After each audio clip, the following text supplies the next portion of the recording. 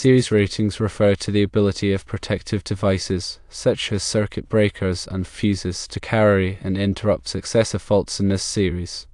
Each device in the series must have the correct interrupting rating to prevent damage to itself or other equipment. Selective coordination is the ability of protective devices to isolate only the faulted circuit while leaving other unaffected circuits energized.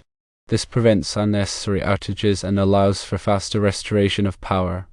Series ratings and selective coordination are critical in various applications, including industrial and commercial facilities, data centers, hospitals, and emergency response systems. The National Electrical Code requires selective coordination in certain installations, such as power distribution systems, emergency systems, and critical circuits. Here is a beginner's guide to understanding these concepts. Step 1. Understand the equipment. Each protective device has specific short-circuit interrupting ratings, such as 10.0 or 100.0. Determine the potential fault currents in the electrical system.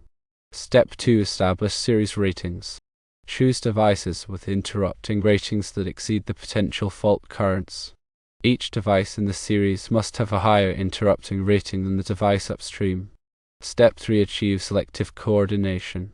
Set the time current curves of the devices to overlap only slightly. The upstream device should trip before the downstream device, allowing the downstream circuit to remain energized during a fault. Step 4. Document and test. Document the series ratings and coordination settings. Perform coordination studies and field testing to verify proper operation. Consider the potential for future equipment upgrades or changes that may affect series ratings and coordination. Consult with qualified electrical engineers for complex or critical systems. Follow the instructions and recommendations of the equipment manufacturers. Understanding series ratings involves ensuring that protective devices, like circuit breakers and fuses, can safely handle and interrupt faults occurring in a sequence within an electrical circuit. It's essential that each device in the circuit has an appropriate interrupting rating, which signifies its capacity to safely stop the flow of current during a fault without sustaining damage or causing harm to other equipment. Selective coordination, on the other hand, focuses on isolating only the portion of the electrical system where a fault has occurred, while keeping the rest of the system operational. This strategy prevents widespread power outages by ensuring that only the circuit directly affected by the fault is energized, allowing other unaffected circuits to continue functioning normally. Selective coordination is vital because it minimizes disruptions and facilitates quicker power restoration. The National Electrical Code mandates selective coordination in specific scenarios, particularly in power distribution systems, emergency systems, and circuits deemed critical. The process of achieving selective coordination involves careful planning and implementation. Firstly, it's crucial to comprehend the characteristics of the equipment being used. This includes understanding the short-circuit interrupting ratings of each protective device, typically measured in kiloamps. It also requires determining the potential fault currents that could occur within the electrical system. Secondly, establishing series ratings means selecting devices with interrupting ratings that surpass the anticipated fault currents. In a series arrangement, each device must possess a higher interrupting rating than the device positioned upstream to ensure proper protection. Thirdly, accomplishing selective coordination entails fine-tuning the time current curves of the protective devices. These curves illustrate the relationship between the time it takes for a device to trip and the amount of current flowing through it. By ensuring that these curves overlap only slightly, the upstream device will trip before the downstream device in the event of a fault, thereby maintaining power to the downstream circuit. Fourthly, documenting the series ratings and coordination settings is essential for future reference and maintenance. Performing coordination studies and conducting field testing are also crucial steps to verify that the system operates as intended. This involves simulating fault conditions and observing how the protective devices respond to ensure that they trip in the correct sequence. Additionally, it's important to consider the potential impact of future equipment upgrades or modifications on series ratings and coordination. Changes to the electrical system can alter fault current levels and may necessitate adjustments to protective device settings to maintain proper coordination. For complex or critical systems, seeking guidance from qualified electrical engineers is advisable. These professionals possess the expertise to analyze the system, perform coordination studies, and recommend appropriate solutions. Adhering to the instructions and recommendations provided by equipment manufacturers is also crucial for ensuring the safe and reliable operation of the electrical system. Ignoring these guidelines can compromise the effectiveness of the protective devices and increase the risk of equipment failure or electrical hazards. Remember that series ratings and selective coordination are fundamental principles in electrical system design and operation. By understanding these concepts and implementing them correctly, you can enhance the safety, reliability, and efficiency of electrical installations. The importance of understanding and implementing series ratings and selective coordination cannot be overstated, particularly in environments where an interrupted power supply is critical. These concepts ensure not only the safety of the electrical system but also the continuity of operations. Let's delve deeper into each aspect, providing a more granular understanding and practical insights. Series ratings, as mentioned before, are about ensuring that protective devices can handle successive faults in a series. This means that each device must be capable of interrupting the fault current without failing, which could lead to more extensive damage or even hazardous situations. The interrupting rating of a protective device is the maximum fault current that it can safely interrupt at its rated voltage. When selecting devices for a series-rated system, it is crucial to ensure that the interrupting rating of each device exceeds the maximum available fault current at its location in the circuit. This requires a thorough understanding of the electrical system's impedance, voltage, and available fault current from the utility or power source. The process involves calculating the fault current at various points in the system, taking into account the impedance of cables, transformers, and other components. Software tools are often used to perform these calculations accurately. For example, if a system has a potential fault current of 20.0 K at a particular point, the circuit breaker or fuse at that point must have an interrupting rating of at least 20.0 K. In some cases, it may be necessary to use devices with higher interrupting ratings to provide an extra margin of safety. Selective coordination, on the other hand, is about minimizing the impact of a fault by isolating only the affected portion of the electrical system. This is achieved by ensuring that the protective devices closest to the fault trip first, while those further upstream remain closed, thus keeping the rest of the system energized. Achieving selective coordination requires careful consideration of the time current characteristics of the protective devices. The time current curve shows the relationship between the current flowing through the device and the time it takes for the device to trip. To achieve selective coordination, the time current curves of the devices must be coordinated such that the downstream device trips faster than the upstream device for any given fault current. This is typically achieved by selecting devices with different time current characteristics or by adjusting the settings of adjustable trip units. For example, consider a system with a main circuit breaker and several branch circuit breakers. The main circuit breaker should have a time current curve that is above and to the right of the time current curves of the branch circuit breakers. This ensures that a fault on a branch circuit will cause the branch circuit breaker to trip before the main circuit breaker, thus minimizing the impact on the rest of the system.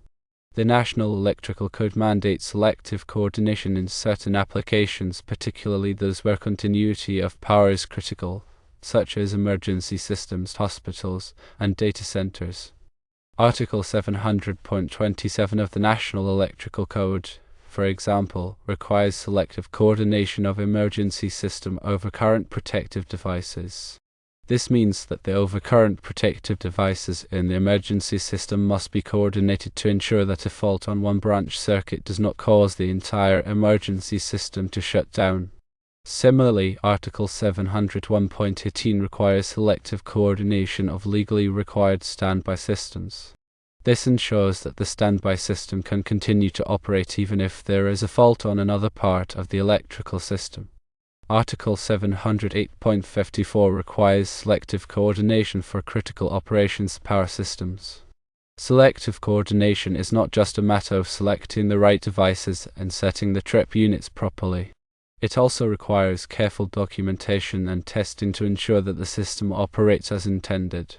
Coordination studies should be performed to verify that the time current curves of the devices are properly coordinated. These studies typically involve using software tools to simulate fault conditions and verify that the devices trip in the correct sequence. Field testing should also be performed to verify the accuracy of the coordination study and to ensure that the devices are functioning properly. This may involve injecting simulated fault currents into the system and observing the response of the protective devices. In addition to the technical aspects of series ratings and selective coordination, there are also important safety considerations. Electrical systems can be dangerous, and it is important to follow all applicable safety procedures when working on or around them. This includes wearing appropriate personal protective equipment, such as safety glasses and gloves, and following lockout-tagout procedures to ensure that the system is de-energized before any work is performed. It is also important to be aware of the potential hazards associated with electrical systems, such as arc flash. Arc flash is a dangerous phenomenon that can occur when a fault occurs in an electrical system. The intense heat and pressure generated by an arc flash can cause serious burns and other injuries. Arc flash studies should be performed to assess the risk of arc flash in an electrical system, and appropriate measures should be taken to mitigate the risk, such as using arc flash rated equipment and providing training to personnel who work on or around electrical systems. In conclusion, series ratings and selective coordination are critical concepts in electrical system design and operation. They ensure the safety and reliability of electrical systems by protecting against faults and minimizing the impact of those faults on the rest of the system. Achieving proper series ratings and selective coordination requires a thorough understanding of electrical system principles, careful selection of protective devices, proper setting of trip units, and thorough documentation and testing. It also requires a commitment to safety and a willingness to follow all applicable safety procedures. As electrical systems become more complex and critical, the importance of series ratings and selective coordination will only continue to grow. It is essential that electrical engineers and technicians have a strong understanding of these concepts and the ability to apply them effectively. Let's expand on the practical steps involved in ensuring effective series ratings and selective coordination in electrical systems. This will provide a clearer roadmap for implementation and maintenance. Firstly, let's revisit the crucial step of understanding the equipment.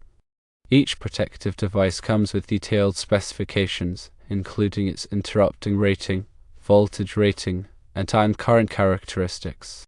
The interrupting rating, typically expressed in kiloamps, indicates the maximum fault current the device can safely interrupt without being damaged. The voltage rating specifies the maximum voltage the device is designed to handle. The time current characteristics, often represented graphically as time current curves, illustrate the relationship between the current flowing through the device and the time it takes for the device to trip. These curves are essential for coordinating the operation of multiple protective devices. When selecting protective devices, it is crucial to consider the specific requirements of the electrical system, including the available fault current, the voltage level, and the coordination requirements. It is also important to choose devices that are compatible with each other and that meet all applicable standards and regulations. Secondly, establishing series ratings requires a systematic approach to calculating fault currents and selecting devices with appropriate interrupting ratings. The available fault current at any point in the system depends on the impedance of the source, the impedance of the conductors, and the impedance of any intervening transformers or other equipment. Fault current calculations can be performed using various methods, including hand calculations, software tools, and consulting services. Once the available fault current has been determined, the interrupting rating of the protective device at that point must be selected to be greater than or equal to the available fault current. In some cases, it may be necessary to use devices with higher interrupting ratings to provide an extra margin of safety. It is also important to consider the impact of future changes to the electrical system on the available fault current. For example, adding a new transformer or increasing the size of the conductors can increase the available fault current, which may necessitate upgrading the protective devices. Thirdly, achieving selective coordination involves careful coordination of the time current characteristics of the protective devices. This requires a thorough understanding of the time current curves of each device and the ability to adjust the settings of adjustable trip units. The goal is to ensure that the downstream device trips before the upstream device for any given fault current. This can be achieved by selecting devices with different time current characteristics or by adjusting the settings of adjustable trip units. For example, a fuse with a faster melting time can be used downstream of a circuit breaker with a slower tripping time. Alternatively, the trip unit of a circuit breaker can be adjusted to delay its tripping time. It is important to note that achieving selective coordination can be challenging in some cases, particularly in complex electrical systems with multiple levels of protection. In these cases, it may be necessary to use specialized software tools or consulting services to perform coordination studies and to optimize the settings of the protective devices. Fourthly, documenting and testing the series ratings and coordination settings is essential for ensuring that the system operates as intended. The documentation should include a detailed description of the electrical system, including the location of all protective devices, their interrupting ratings, and their time current characteristics. The documentation should also include the results of any fault current calculations or coordination studies that have been performed. Testing should be performed to verify that the protective devices trip in the correct sequence and that their interrupting ratings are sufficient to handle the available fault current. Testing can be performed using various methods, including simulated fault currents, high current test sets, and consulting services. The results of the testing should be documented and compared to the results of the fault current calculations and coordination studies to verify that the system is operating as intended. Finally, it is important to consider the potential impact of future equipment upgrades or changes on series ratings and coordination. Changes to the electrical system can alter fault current levels and may necessitate adjustments to protective device settings to maintain proper coordination. For complex or critical systems, seeking guidance from qualified electrical engineers is advisable. These professionals possess the expertise to analyze the system, perform coordination studies, and recommend appropriate solutions. Adhering to the instructions and recommendations provided by equipment manufacturers is also crucial for ensuring the safe and reliable operation of the electrical system. Ignoring these guidelines can compromise the effectiveness of the protective devices and increase the risk of equipment failure or electrical hazards.